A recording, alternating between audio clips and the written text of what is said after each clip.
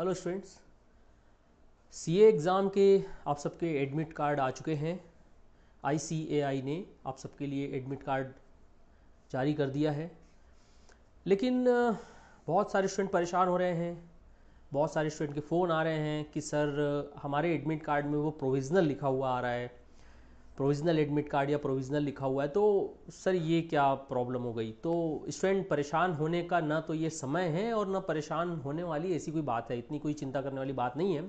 देखो, पहली बात तो प्रोविज़नल एडमिट कार्ड जो लिखा हुआ है अगर किसी के एडमिट कार्ड में, तो वो है क्या। बेसिकली क्या होता है, जब आईसीएआई आप जब एग्ज़ाम फॉर्म भरते हैं ना, तो आईसीएआई जो है वो आपके जितने भी इंफॉर्मेशन आपसे मांगती है एग्ज़ाम फॉर्म में, उसमें अगर कुछ कमी रह गई है, कुछ डॉक्यूमेंट की कमी रह गई है, तो आईसीएआई ये मान के चलता है कि आपका डॉक्यूमेंट इनकम्प्लीट है या कुछ कमी रह गई है, तो आपको वो प्रोविजनल एडमिट कार्ड जारी तो कर दिया है आईसीआई ने। मतलब आप आईसीआई ये कह रहा है कि आप एग्ज़ाम तो दे सकते हैं, बिल्कुल एग्ज़ाम में आपको बैठने से नहीं रोक रहे हैं। आईसीआई एग्ज़ाम में बैठने से आपको मना नहीं कर रहा है।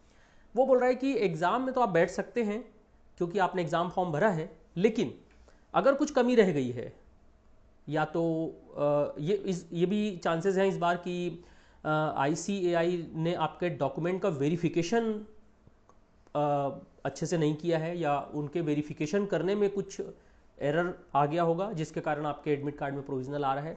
और या तो फिर रियल में ऐसा हो सकता है कि आपके तरफ से कुछ कमी रह गई होगी एग्जाम फॉर्म भरते समय। तो ये सोचने का समय अभी नहीं है स्टूडेंट, बिल्कुल आप इसको सोचिए मत, बिल्कुल टेंशन फ्री रहिए।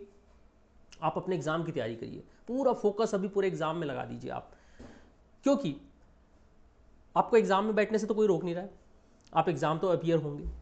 दूसरी बात यह है कि अगर आईसीएआई आपके डॉक्यूमेंट की वेरिफिकेशन करते समय अगर उनको लगता है कि नहीं ये मतलब एक एरर था जस्ट कि आपके एडमिट कार्ड में प्रोविजनल आ गया है, तो आगे तो ऑब्वियसली कोई प्रॉब्लम होनी ही नहीं है। लेकिन अगर आपके तरफ से कुछ डॉक्यूमेंट में कमी रह गई है या कुछ मिसमैचिंग हो रही होगी, आईसीआई आपके एग्ज़ाम फॉर्म से कहीं ना कहीं मतलब थोड़ा सेटिस्फाइड नहीं है, कुछ कमी दिख रही है उनको, तो वो बताएंगे आपको।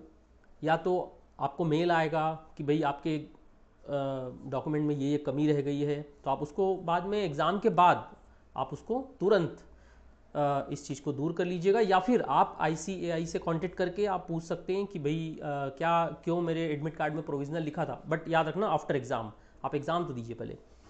और आपको हाँ ये बात ज़रूर है कि एग्ज़ाम होने के तुरंत बाद आप इस प्रोसेस को जल्दी से जल्दी जो भी है मिसअंडरस्टैंडिंग कह सकते हो या रियल में कुछ कमी रह गई है उसको आप दूर कर लीजिए, तो कोई प्रॉब्लम नहीं होगी स्टूडेंट्स। तो बस मैं ये वीडियो इसलिए बना रहा हूँ क्योंकि बहुत सारे स्टूडेंट परेशान हो रहे हैं, चिंतित हो रहे हैं, उनके फ़ोन आ रहे हैं कि सर हमारा एडमिट कार्ड में प्रोविजनल। अच्छा, आपके एडमिट कार्ड में प्रोविजनल अगर लिखा है ना, तो नीचे उस एडमिट कार्ड में वहीं उसका रीज़न भी लिखा रहता है कि प्रोविजनल क्यों है।